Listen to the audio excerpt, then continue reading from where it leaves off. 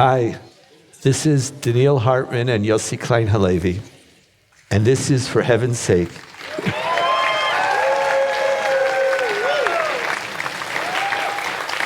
We should do this every week, Donniel. And this is For Heaven's Sake, Israel at War, and today is day 264. And today's session is being broadcast live, but also taped in front of a live audience of For Heaven's Sake's community. And our lay leadership who's joined us here at the Hartman Institute, some 250 people strong, who have come to Israel to learn, to be with Israel.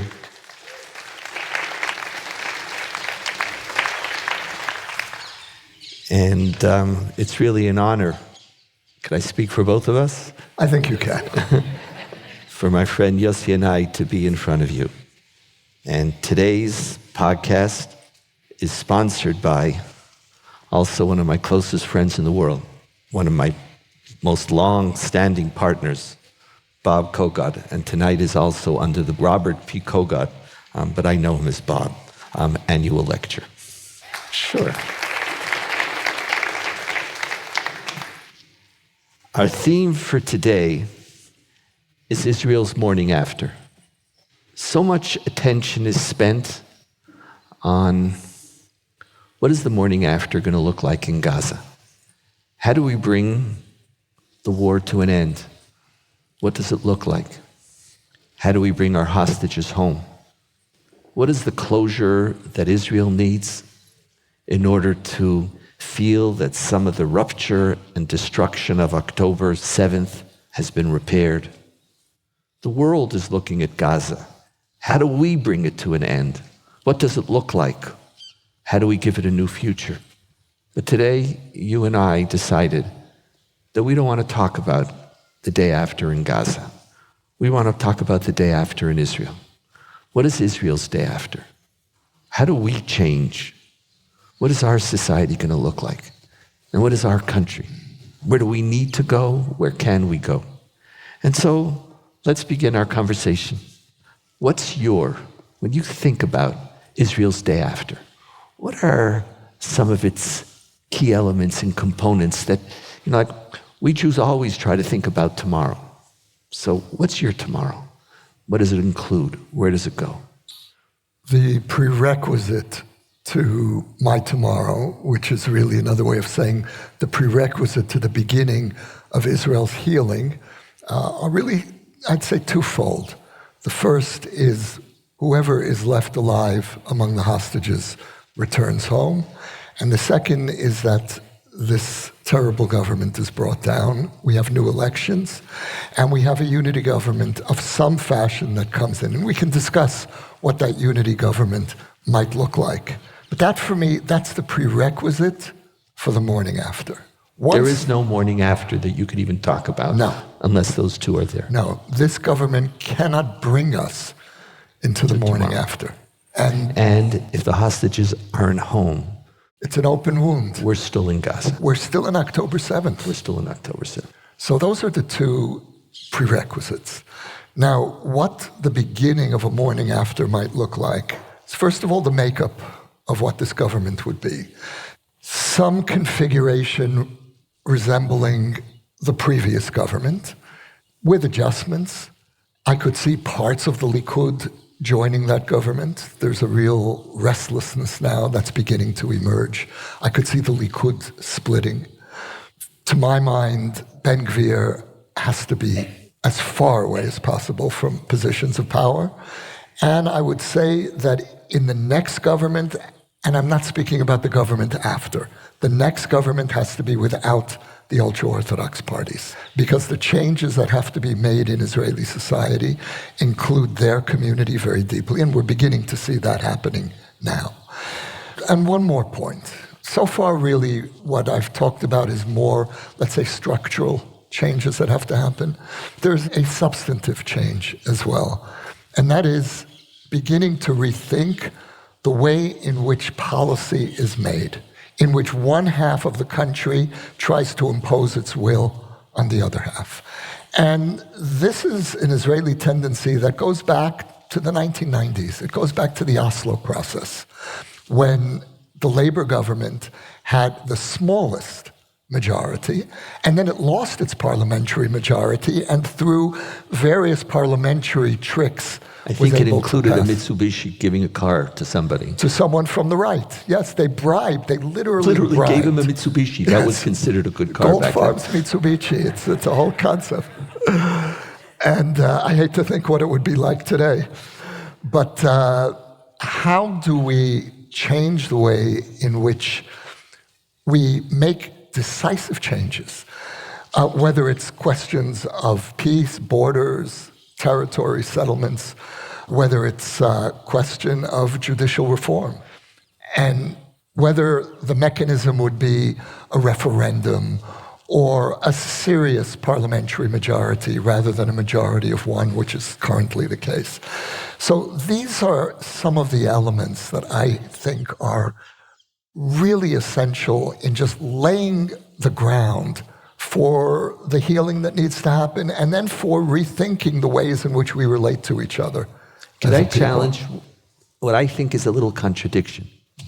Your Israel after requires a healing of the way we make some of our most significant policy decisions, in which it's not a zero-sum game, and that our politicians have to understand that a simple majority in the Knesset doesn't constitute the mandate for significant societal change unless you reach across the partisan lines. That's what I meant to say. Right. The one exception, though, is the Haredim. It's interesting. Yes. And yes, it is for a me, contradiction. I'm like, people, they look at me and they think that they know my opinion.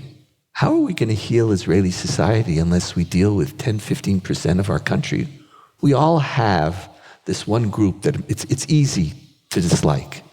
You're not Haredi, I'm not Haredi. But doesn't it contradict a little bit? Yes. Like we're going to hit, but you're willing to take that contradiction? Well, I'm speaking about the Zionist majority, which under this government tore itself apart. And the basis for healing Israel has to be that moderate centrist, center-left, center-right. That 60%, 70%, whatever it is, that's the basis for healing.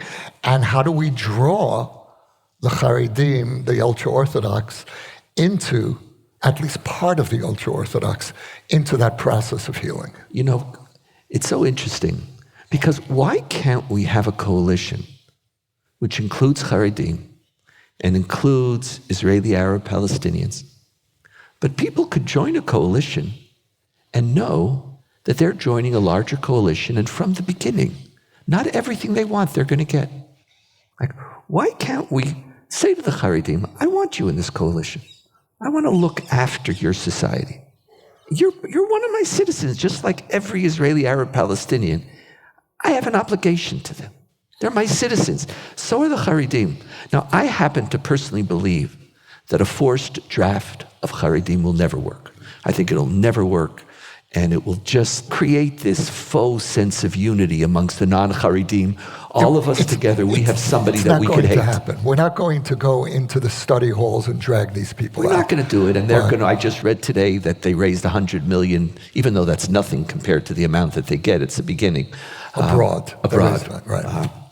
So I'm wondering if part of your coalition that you're speaking about also needs to happen before you come into the coalition. That if we're talking about Israel tomorrow, it's about joining a coalition and knowing that you're going to be sitting with people who disagree with you, and you're going to get some of the things that you want, but you're not going to get all the things that you want, and then you could decide. But this crazy reality of this government in which every party was able to write their own platform, whether they contradicted each other, whether the Likud agreed with it or not, here, literally we know that the coalition agreements this time involved giving people a blank piece of paper and say, write whatever you want. Write whatever you want, and don't worry, Abba Bibi will be there, and he'll work it out. He'll work it out. Because I agree very much that we need a new culture, but I don't think we're going to start that new culture if we don't include Haredim and if we don't include Israeli Arab Palestinians at the table. But I want to offer, just for a couple of minutes. Let me just Please, respond to that point. I agree with you about the Haredim for the next government. I hear you. This government has to make a very brutal decision, and that is either to forcibly draft the Haredim, which I agree with you is a non-starter, or begin cutting off the funding for the yeshiva world. No Haredi party will sit in a government that is cutting off funding. They may join a government once the new arrangement has been put in place. It's interesting to think about, what does it mean? I'm actually afraid of the next government. Because the one after. The one after, because I don't know what's going to be. This next government, according to all the polls, like our sense is that elections are coming closer. We don't know when, but they're not coming in the winter of 2026. Something is imploding. You could see the Likud party is imploding upon itself. All of a sudden, there are members of the Likud party who are developing, I don't know if I want to call it a conscience, but a spine. No, I wouldn't call it it's a voice, because I haven't heard anything from any one of them, but now we're hearing a word or two from them, right? There's something. So elections are coming. I think the idea of reaching out to coalition partners and saying to them, we don't need you for the majority. We have 70 seats, but I want you at the table. So you could You're speaking about the Haredim now. Haredim, Israeli Arab, Palestinian, anybody, everybody. The way this next election looks, we're not going to have a 35-seat party. We're going to have maybe 1 or 2 20-seat parties and another 5 or 6 10-seat parties. Basically, it's going to be one of the beautiful things. It's bipartisanship in Israel in its best sense, because it's not either or. Like, the Israeli system is insane, but it's actually very healthy, because everybody's voice, people don't feel that they're losing their voices. My voices are represented, and our hope, if I understood, is that after October 7th, we're going to want to heal. And maybe people remember that healing. I want to go back and give Naftali Bennett great credit, because he ignored his constituency. Feels like a lifetime ago. I can't even tell you how many years ago. It was something. When he said, it's not about my popularity. I have to, at this moment, serve the country. And the same spirit which motivated people to serve after October 7th, Naftali Bennett in many ways committed what at the time seemed like suicide. Now it's turning out in a post-October 7 world that that's the type of leader we're looking for, and he's just emerged. I would also throw in a strong honorable mention for Yair Lapid, who gave up his first crack at the prime ministership, and for the sake of someone who had 6 seats, of creating government. So that spirit is part of the morning after. I want to add 2 other components. One, which is, I think, one of the major sources of, I don't know if it's a combination of fear and sadness, Yossi. I don't think most Israelis feel that we have a government for the people. We have a government by the people. And a democracy is government by the people who are for the people. And part of the angst that we're feeling, because there's huge, we don't know what's going to happen with Hezbollah. We don't know what's going to happen with Iran.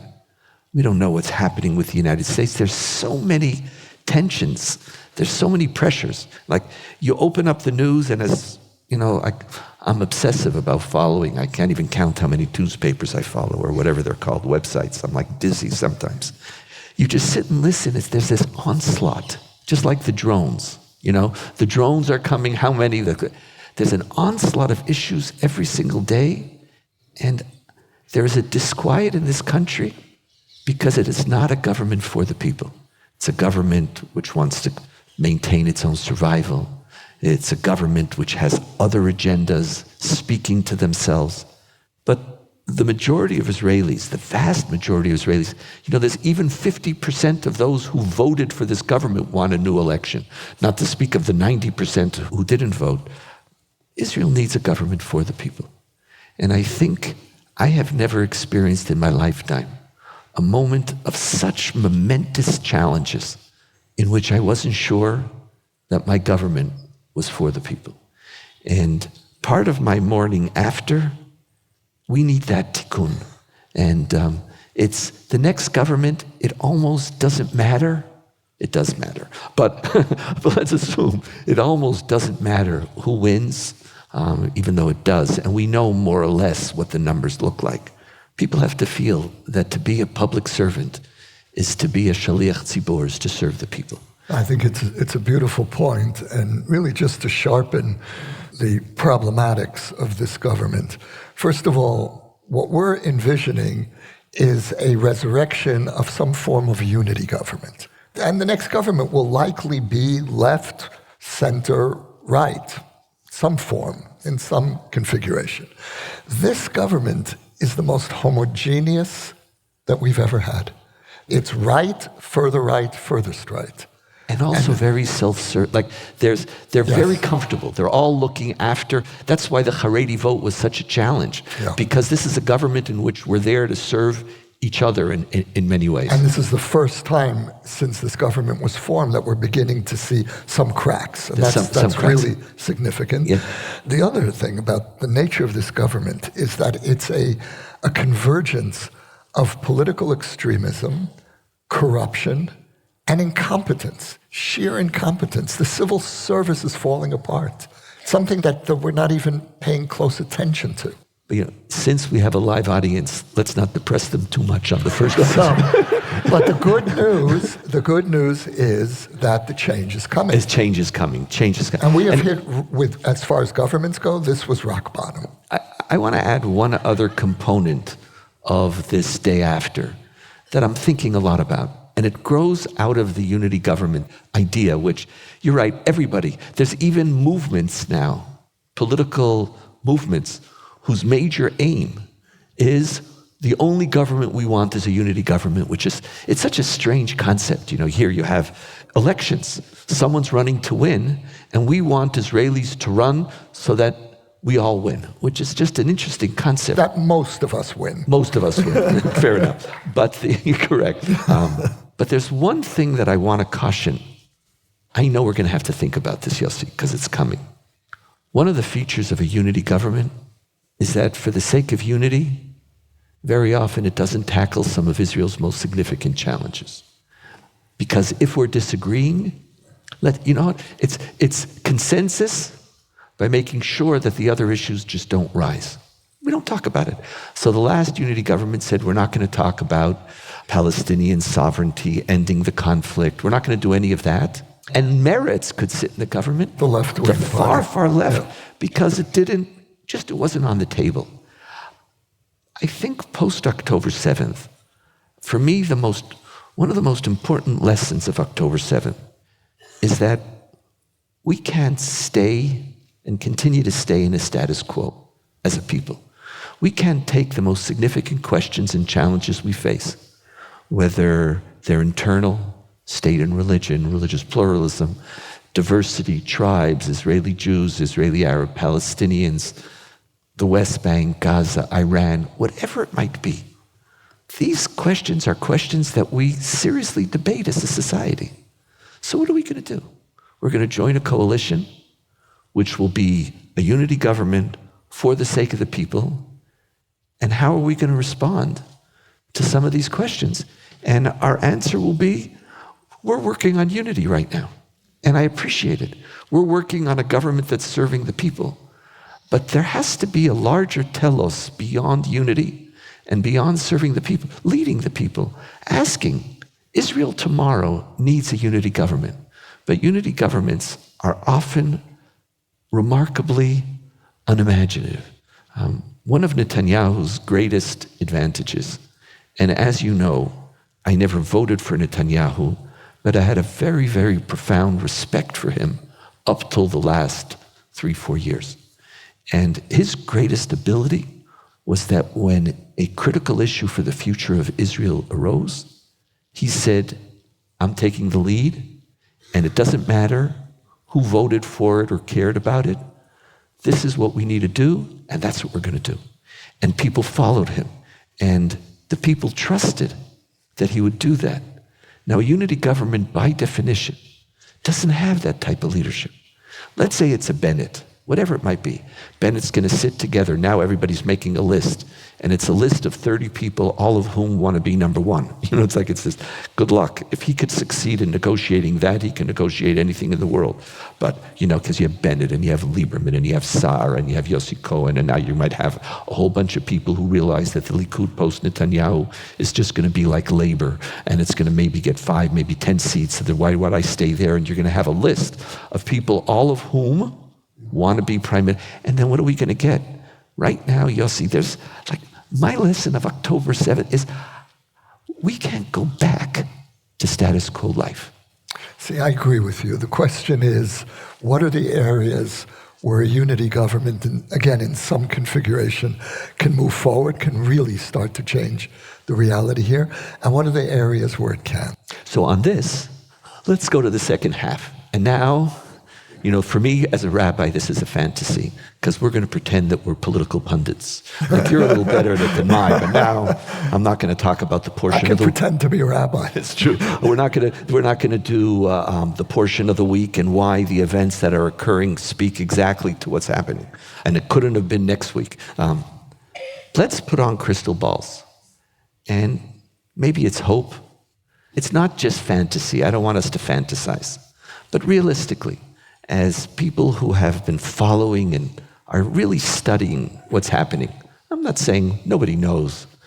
Prophecy is, our tradition has great disrespect for them. Post the rabbinic era, post the prophets, yes. What do you think, with this unity government, which itself is an aspiration, what do you think is possible? What could happen in our country? What changes could be on the horizon? The elements that we've already discussed that we hope will happen, I believe will happen. First of all, your concern for good government, for a government that's responsive to the people, that sees itself as a servant of the people, that's what this next government will be like, in the way that the Bennett government really represented that ethos.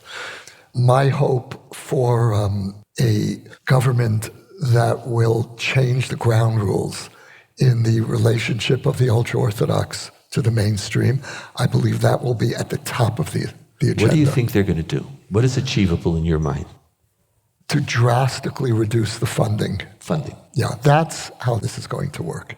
And how will that'll be one part. And what will that do in your mind?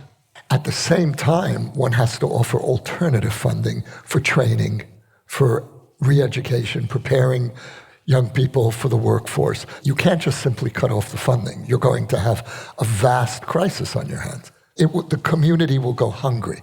So funding is the beginning of a societal transformation, you believe? Yes. With the Haredi. With the Haredi.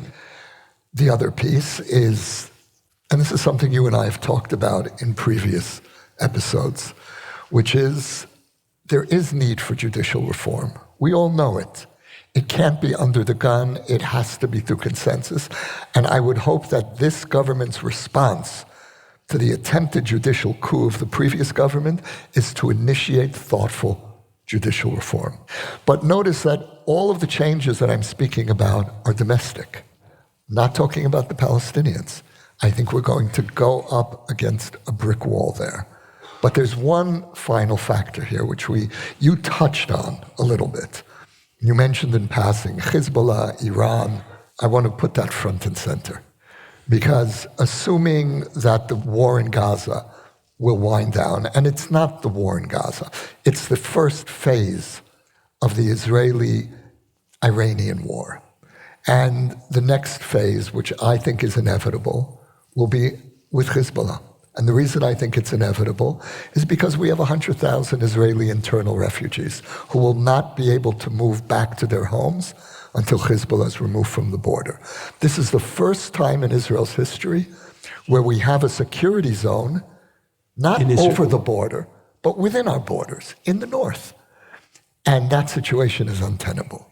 So how the Palestinian issue, Palestinian crisis, tragedy, deadlock will be resolved, begin to be resolved, will in part be determined by the next phase of this war, with one more crucial component, the Saudis.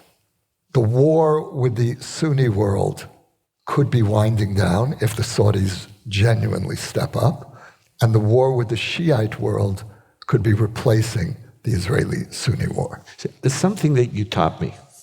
We've been really close friends now for, 15 years. We've been talking with each other. Doing this without a microphone. Doing this without it before anybody even joined into our conversation. And as we joke very often, we don't have a clue that we're talking to anybody. We just sit down and talk to each other. And then we discover there happens to be some people. Hi, everyone. Just don't get in the way. But there's something that you taught me that I always ignored. I was in Iran, Pupur. I said, and I don't know why. Because I never relate to apocalyptic catastrophes. I don't relate to them because it sort of doesn't work with my optimism. It's like, as an optimist, you don't really have a lot of room for apocalypse. It's not. I'd rather live in your world than mine. I know, but we can't. And I must admit, I would rather live in mine as well. But the bad news is we both live in mine. Touche, I got it. But there's something you taught me. First of all, you taught me that I have to think about Iran, that I have to have an opinion about it, that I have to take it very seriously.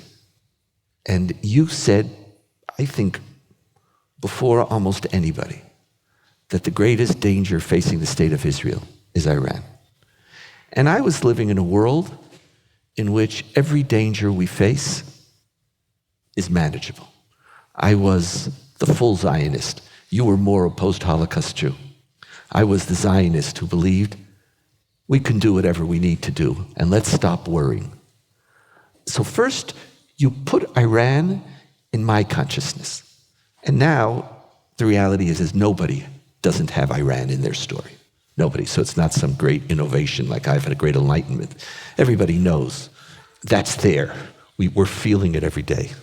But you once said in some I Engage conversation that we had, that it is precisely because Iran is the most significant challenge that we face, that everything else we need to be willing to compromise on in order to achieve the type of strategic advantages we need to have in order to deal with Iran. I know where this is going. And so now, I know this, it's just, so. I hate to be quoted against myself. You know how we all use arguments and facts to reaffirm what we believed beforehand, right? So it looks like I'm changing and then I'm turning it around and saying, you see, now you're reinforcing my opinions. But in fact, if I had to put my crystal ball on, I really believe that over the next number of years, we're going to see a very significant progress on the Palestinian front. I think it's going to start in Gaza, and you could hear it now. Mm-hmm. People are talking about changing the leadership in the north or the south. They're already saying, the words, it's coming. You can't destroy Hamas as an ideology, but you can destroy Hamas as long as there are alternatives. The army speaks about it. Even Tzachi Hanegbi, everybody's talking. It's not just Blinken, even though I think he's a real serious man and a great friend of Israel. I really do, as I think so about the President of the United States. I agree with you. I know that my comfort here as an Israeli, my ability to feel that my grandchildren are safe right now in some form, is directly a result of the unbelievable support that we've received from this administration. And I'm not getting into whether he'll be better than another president or another president. We're not getting into American politics. But, there's a thanks that needs to be given. But we know that something's going to have to happen in Gaza because our soldiers aren't going to be able to be the policemen there. We know that we need the involvement of our Sunni allies and also some of our Sunni enemies. Eli Cohen, one of the people who wants to be number one on the list, the former Mossad person, was asked, the Prime Minister of Israel said that Qatar is our worst enemy. And he said, I don't think those comments are that helpful, he said. Mm-hmm. He said, there's problems, but they're also helpful. There is a Sunni world that we're going to have to call upon to help bring us to the day after that we're not talking about today, which is the day after in Gaza. And there is a potential for a larger international engagement with Israel, and where a lot of the alienation caused by the war could be overcome. And that's only going to happen if some progress happens on the Palestinian front. I happen to even, I think the Trump peace plan that we've spoken about, in which Area A and B is given to the Palestinian something, and with a capital in Jerusalem, things that Trump offered and that Netanyahu agreed to, and it is only Mahmoud Abbas who turned it down, something to bring Saudis and to bring the end of a conflict between the Jews and the Sunnis is just it's around the corner, it's necessary, it's so much in our benefit. We're not going to resolve the Palestinian conflict because we now turn around and say, I love you. We're not going to resolve it because we're now going to turn around and say, I trust you. We're not going to resolve it because now we think, yes, the wolf is lying down with the lamb. We're only going to resolve it if we understand that we have a much greater interest that needs to be solved. So look, first of all, I don't believe we're going to resolve the Palestinian conflict, at least not in this generation. I think that what we need to do is to, first of all, reverse this government's commitment to annexation. This is the first government since 1967 that has made annexation an official part of its platform. Not even the Begin and Shamir governments of the 1980s explicitly saw annexation as their goal. Settlement expansion, of course. And so first of all, we need to undo this historic and, to my mind, disastrous change in policy. Secondly, we need to really start thinking about containing settlement expansion. Now, if we manage to achieve those two goals with this next government, I think that could be a basis for some form of normalization with the Saudis. But since it's my crystal ball, I want to go a little further. It's just but you did say within the realm of reality. Within the reality. That's two. Those were good. I appreciate them. I actually think it's very realistic. Because what's resolving a conflict, I have a different definition of what it means. It's not about us being friends. The wounds of October 7th in the Jewish community in Israel are going to take years. I also know that there are profound wounds in the Palestinian community. I'm not talking about us being friends. I'm talking about, in my crystal ball, there are certain geopolitical forces that are going to be at play. There's going to be proposals put on the table which aren't going to resolve settlement dismantlement, because that would be civil war. There's going to be something put down. It's in Saudi interest, it's in American interest. And by the way, and again, I'm not getting into American politics, but anyone in Israel who heard Donald Trump being interviewed on Israeli television knows that the minute he gets elected, he's going to be looking, as he said, finish what you've done. You've ruined your reputation in the world. And then he said, and then we have to get down to peace. So whether it is one government or another government in America, there's going to be pressure that this war is too dangerous for the world. Something's going to happen above our pay grade. I'm worried that Israelis aren't psychologically prepared for it. But my one hope, and then I'll give you last comment before we conclude, also depending on what you say. But our listeners know that, but I'm going to give you the last word, the caveat. I think part of the idea of a government for the people is a government which makes decisions that are self-evidently in Israel's interest, that even when their ideology did not make room for it, that when you're serving the people, compromises become possible. Not out of enlightenment, that all of a sudden there's something I didn't think of, but that the pressures that the people face, the well-being of Israel, like even, like Gallant is in the United States right now. And what does he say? He says, of course we have disagreements, but amongst friends, we work out our disagreements behind closed doors. We don't put forth videos and go on Channel 14. That spirit of the well-being of Israel, I think is going to move us. And I have to tell you, I'm actually starting to feel not just optimistic, which I feel regardless of reality. I'm starting to feel hopeful. I see the beginning of the morning after around the corner, and it might be a year, but I see it coming, and I think changes aren't just going to be happening within the state of Israel. I think we're on the verge of something more majestic, not love, not peace, but the beginning of another dimension to our existence. And now, Yossi, last word, please. I share your hope about the morning after for Israel internally. As far as the Palestinian question goes, there are two takeaways from October 7th, and they're opposite takeaways.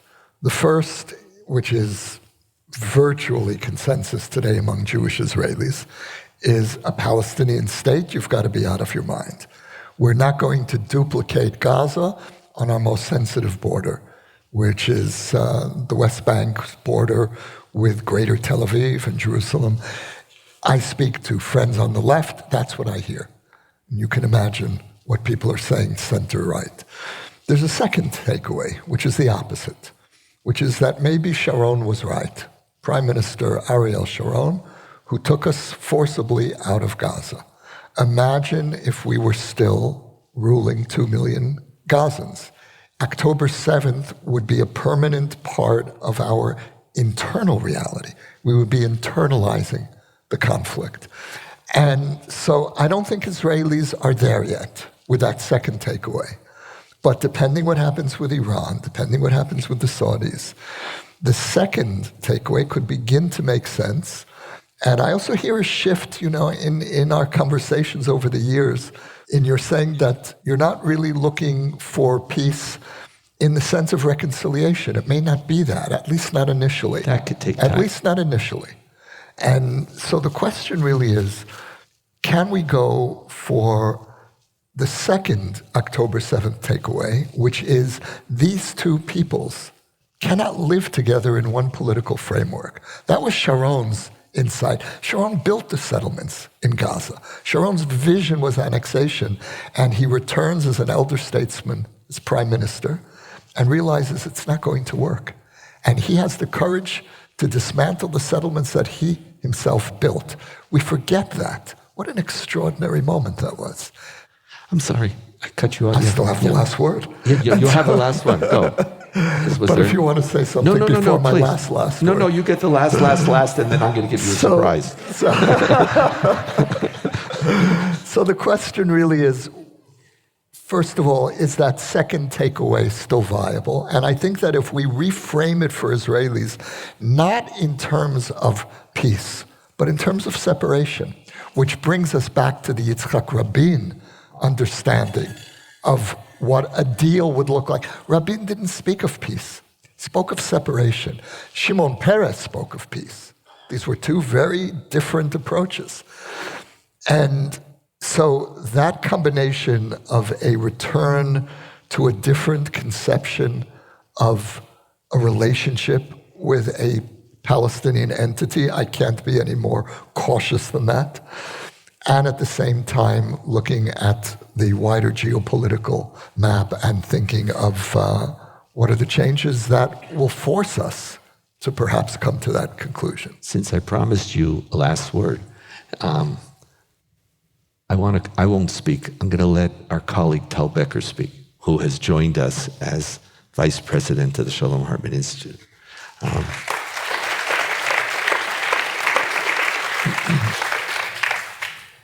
One of his most powerful lines that I've heard over and over and over again. I think it's part of this conversation when he said, throughout history, there are things which at the time seem impossible. And then once they occur, they seem to have been inevitable. Where that is in our conversation, well, our crystal ball won't tell us. Time will tell. Yossi, it was a pleasure, as always. This is, for heaven's sake, Israel at war. And I just want to say, every time the number goes up, 264.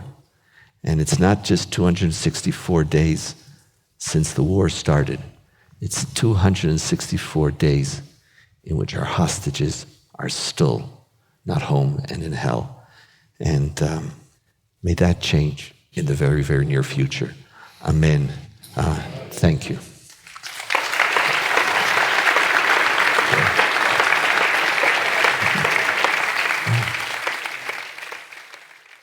You can now sponsor an episode of For Heaven's Sake, Israel at War. The link to donate can be found in the show notes or at shalomhartman.org/For Heaven's Sake. We will acknowledge your gift on a future episode. For more ideas from the Shalom Hartman Institute about what's unfolding right now, sign up for our newsletter in the show notes or visit shalomhartman.org/Israel at War.